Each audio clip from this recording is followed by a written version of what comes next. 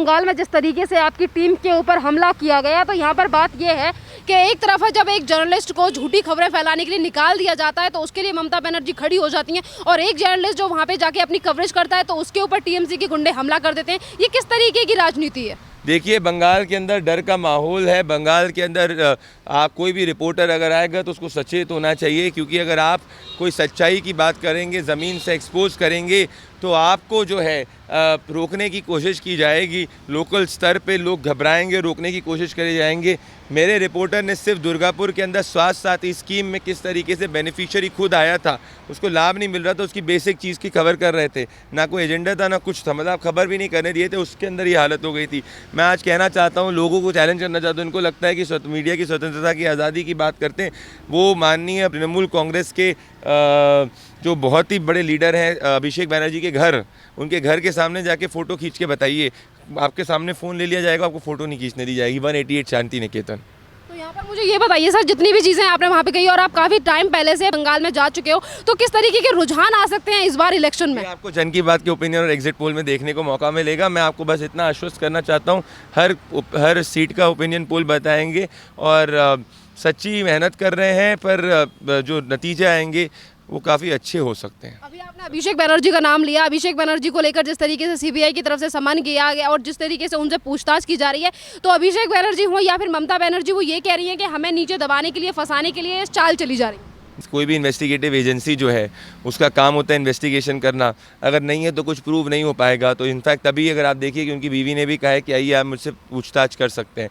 तो ये investigative agency का काम है जो कर रही है। बात रही चुनाव में एजेंसीज़ का यूज़ करने का, तो ये अब जो स्टेट पुलिस किसके अंडर में सबको पता है, और स्टेट पुलिस कैसे काम करती है वो भी सबको पता है। सर, यहाँ पे ये भी बात है कि बीजेपी की तरफ से ये कहा जा रहा है कि हार का डर सता रहा ममता बनर्जी को, इसीलिए वो इस तरीके की स्टेटमेंट दे रही है। वो बीजेपी की टिप्पणी है। मैं बस ये कह सकता हूँ कि मेरा हाथ जोड़कर निवेदन है राजनीतिक पार्टियों से कि मीडिया को बंगाल के अंदर, पर्टिकुलरली ममता जी को कहना चाहता हूं कि अगर हम कोई सच्चाई दिखा रहा है और ज़मीन से सिर्फ रिपोर्ट करने को, कल को आप भी जाएंगे तो उस तरीके का डर का माहौल नहीं होना चाहिए। आपको कोई दिक्कत नहीं होनी चाहिए कि कौन डायमंड हार्बर में आए, कौन नंदीग्राम में आए, कौन कहीं पे भी आए। कई जगह सीट्स होंगी जहाँ पे आपको लोग सपोर्ट कर रहे होंगे, कई आपकी जो स्कीम्स होंगी जिसमें आपको कमियाँ होंगी, उन कमियों को उजागर करना मीडिया का काम है और सच्चाई को ज़मीन से दिखाना मीडिया का काम है। तो वो दिखाने के बीच में गुंडागर्दी नहीं आनी चाहिए और ये इंश्योर करना चाहिए। मैं निवेदन करना चाहता हूँ इलेक्शन कमीशन से कि इलेक्शन कमीशन जल्द से जल्द मॉडल कोड ऑफ कॉन्डक्ट लगाए, जिसके ज़रिए बंगाल के अंदर एक सेफ़ और सिक्योर माहौल आ सके। सर, ये जो बात आपने कही, वहाँ से हमारे भी कई सारे लोग जो हैं, हमारी जानने पहचानने वाले, वो भी पश्चिम बंगाल गए हुए हैं और उनका भी ये कहना है कि यहाँ पर डर का माहौल बना हुआ है, लोग बोलने के लिए तैयार नहीं है ममता बनर्जी के खिलाफ। ये मैं अकेला व्यक्ति हूँ, मेरी टीम होगी जो डायमंड हार्बर में जाकर जो है ज़मीन से रिपोर्ट कर रही, नंदीग्राम से लेकर डायमंड हार्बर से लेकर भवानीपुर से लेकर हर जगह, क्योंकि हमारा कोई एजेंडा नहीं है, सिर्फ जनता का सच दिखाना है। पर हाँ, ये दुख की बात ये है कि इतना डर का माहौल बंगाल के अंदर है और मीडिया की स्वतंत्रता बात करने वाले, इंटॉलरेंस बात करने वाले, डेमोक्रेसी बात करने वाले लोगों को बंगाल की तरफ झांकना चाहिए। सच्चाई तभी पता चल जाएगी। अगर उनको लगता है कि मैं झूठ बोल रहा हूँ तो उनको मैं कॉन्स्टिट्यूंसीज का नाम देता हूँ और मैं बोलता हूँ खुले रूप में आप सवाल पूछिए और देखते हैं कैसे जवाब देते हैं। आंदोलन को लेकर भी तमाम तरीके की बातें हो रही हैं और राकेश टिकैत भी कह रहे हैं कि पंचायत करने के लिए वो जाएंगे पश्चिम बंगाल। देखिए, राकेश टिकैत जी को अपनी राजनीति मुबारक हो, पर अभी मैंने एक वीडियो देखा था जिसके अंदर किसान सम्मेलन के नाम पे कुछ डांसिंग वांसिंग चल रही थी और लैला ओ लैला वाला कुछ गाना चल रहा था। ये किसानों पे अपमान है। आप ऐसे मतलब किस तरीके से लोगों को लगा था कि सिंसियर फाइट है, अब लोगों को समझ में आ रहा है कि कुछ लोग अपनी राजनीतिक रोटियां सेकने के लिए किसानों के शोल्डर्स का इस्तेमाल कर रहे थे। सर, अभी आपने ये जो कहा कि जिस तरीके से जन आक्रोश रैली होती है और उसमें तमाम तरीके का डांस किया जाता है, उसको लेकर तो राकेश टिकैत ये भी कहते हैं कि इस तरीके का डांस नहीं बल्कि और भी अच्छा डांस होना चाहिए। तो ये किस तरीके की चीज़ें देखी जा रही हैं? राकेश टिकैत को लगता है तो डांस के नाम पे अब आगे चल के नेता तो बनने ही वाले हैं, वोट तो मांगेंगे ही, तो आगे चल के वो अपने इसी नाम पे वोट मांगे। जनता अपने आप बता देगी कि किसान रैली पे इस तरीके का डांस करना, भाई ये क्या, इससे क्या किसानों के को दाम मिल जाएगा क्या? ये क्या दिखाना चाह रहे हैं? कोई एंटरटेनमेंट तो नहीं चल रहा है ना? कोई किसी को भी डांस करने का हक है, पर किसान रैली जो इतना किसानों का मुद्दा वो पसीने में किसान करें, आप अपनी राजनीतिक रोटियां सेक रहे हैं, आप अपना मनोरंजन कर रहे हैं और किसान यहाँ पे बैठा पड़ा है। मैं बिल्कुल इसके पक्ष में नहीं हूँ। एंटरटेनमेंट की जगह सही है, किसान रैली और किसान स्थल एंटरटेनमेंट के लिए इस्तेमाल नहीं करना चाहिए। ये आपकी निचली सोच दिखाता है। अगर राकेश टिकैत की बात करें तो राकेश टिकैत जिस तरीके से कह रहे हैं कि हम बंगाल जाके वहाँ के किसानों से बात करेंगे, पंचायत करेंगे, तो इन सारी चीज़ों को करने से क्या पश्चिम बंगाल की राजनीति पर कोई प्रभाव पड़ेगा? वहाँ का किसान मानेगा? का कोई इम्पैक्ट नहीं है। कुछ भी नहीं है। राकेश टिकैत का कोई इम्पैक्ट नहीं है आज में। राकेश टिकैत से ज़्यादा मुझे लगता है लोग, अगर आप जाके बंगाल में घूमेंगी तो आपको लोग जानना चालू करेंगे। राकेश टिकैत जी का बंगाल में नहीं है, यहाँ पे ज़रूर होगा, वेस्टर्न यूपी में बहुत ज़रूर होगा, बंगाल में नहीं है।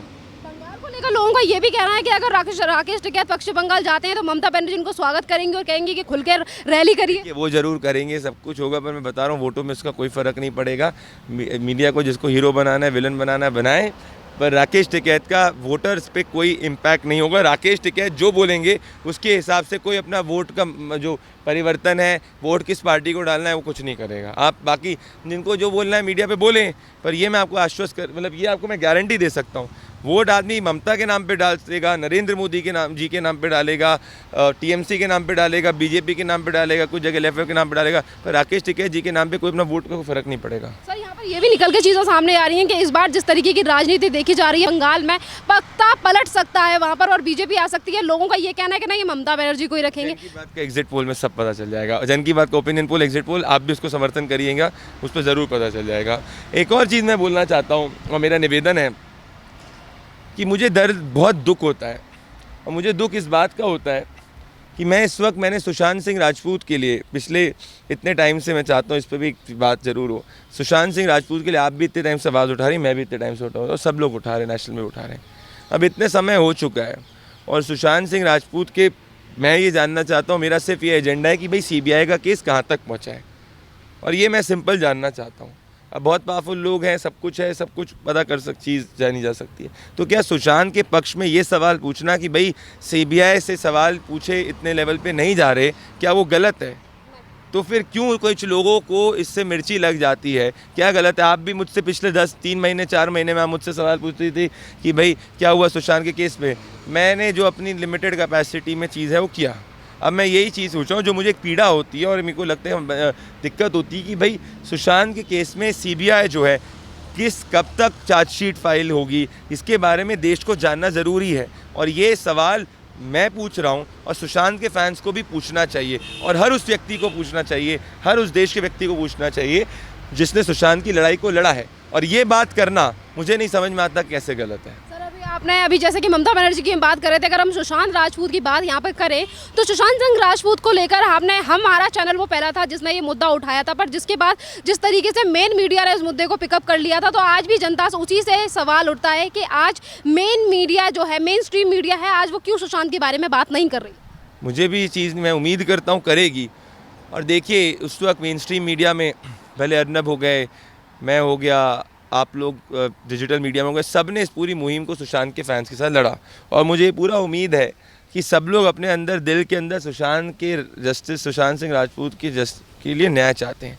पर इस वक्त एक बहुत बड़ा सवाल ये है कि CBI जो है वो केस जो है कहाँ तक पहुँचा है। डॉक्टर सुब्रमण्यम स्वामी ने के लेटर को उन्होंने रिस्पॉन्ड किया था, उसको भी महीने हो चुके हैं। जब मुंबई पुलिस पे इस तरीके से दबाव डाला गया था, अब CBI के पास केस है। मैं CBI का बहुत बड़ा आदर करता हूँ, मैं हाथ जोड़ के आदर करता हूँ, पर एक थोड़ा क्लैरिफिकेशन कि भाई कब तक एवरेज चार्जशीट फाइल हो सकती है, 1 साल, 2 साल, 3 साल, 4 साल, तो पता तो चले। क्या आपको नहीं लगता है सवाल पूछना चाहिए?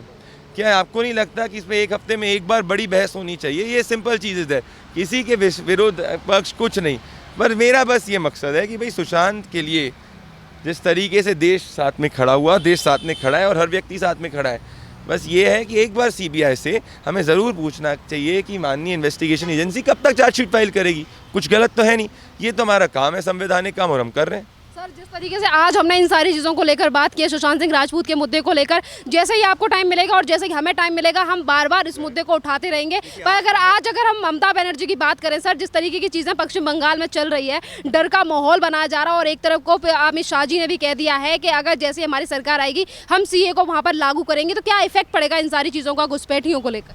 देखिए ये सब बहुत बड़े बड़े मुद्दे हैं। बंगाल में फ्री ऑफ फेयर इलेक्शंस होना चाहिए, और उसके लिए बहुत सारी पैरामिलिट्री फोर्सेस को डिप्लॉय करना पड़ेगा।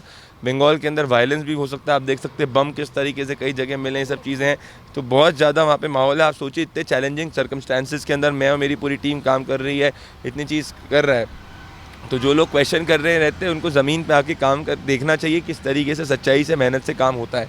तो ये एक बहुत बड़ी चीज़ है।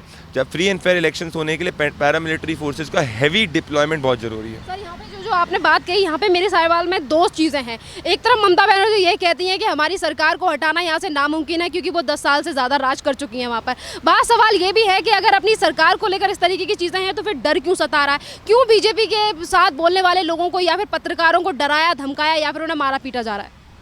देखिए, ये मैं कहना चाहता हूँ, कोई भी व्यक्ति जो जाए और सवाल पूछे स्वास्थ्य साथी स्कीम पे, कोई व्यक्ति जो जाके कट मनी पे सवाल पूछे, इतना डर का माहौल है। हम लोग इकलौते व्यक्ति हैं, हमारी पूरा प्लेटफॉर्म इकलौता है जिसने जाके डायमंड हार्बर से लेके आपके अलग अलग कैलकाटा के रीजन, जहाँ जनता ने खुद ने बोला कि उनको एम्फन की चीज़ नहीं मिली, जहाँ जनता ने खुद ने बोला कि उनको अम्फान का रिलीफ नहीं मिला, जहाँ जनता ने खुद ने बोला कि किस तरीके से कट मनी से उनके कई पार्टी के सपोर्टर्स ने बोला कि कट मनी की इशू है। अगर वो कोई जनता उठाती है तो उसके लिए क्या आप किसी को ब्लेम कर सकते हैं? क्या मीडिया को उस तरीके से आप डरा सकते हैं, धमका सकते हैं? नहीं हो सकता ना, ये चीज़ नहीं करनी चाहिए। Friendly media is not the only concept ना। सो मैं ये कहना चाह रहा हूँ, कई जगह जरूर ऐसा होगा ममता जी की चीज़ अच्छी पहुंची होगी, कई जगह बिल्कुल भी होगा कि नई चीज़ पहुंची। अब कई जगह नहीं पहुंचा है तो हमारा दायित्व है ना दिखाने का। इस तरीके से डर के माहौल से किससे चीज़ होगी? ना कभी महाराष्ट्र में डर है, ना कभी बंगाल में डरने वाले हैं। सर, मेरा एक लास्ट सवाल कि जिस तरीके से चीज़ें निकल कर सामने आ रही हैं, बंगाल में जिस तरीके की चीज़ें हो रही हैं, इलेक्शन आने वाले हैं ममता बनर्जी की सरकार की तरफ से और उनके गुंडे, क्योंकि चीज़ें लोगों की तरफ से सवाल उठ रहा है कि आखिरकार इस तरीके की चीज़ें क्यों की जा रही हैं। किसानों को लेकर बात करने वाली ममता बनर्जी, वहाँ के किसानों का क्या हाल है वो भी हमें बताइए। इस पर अब इलेक्शन कमीशन को जल्द से जल्द मॉडल कोड ऑफ कॉन्डक्ट लगाना चाहिए। मॉडल कोड ऑफ कॉन्डक्ट लगेगा तभी फ्री ऑफ इलेक्शंस होंगे।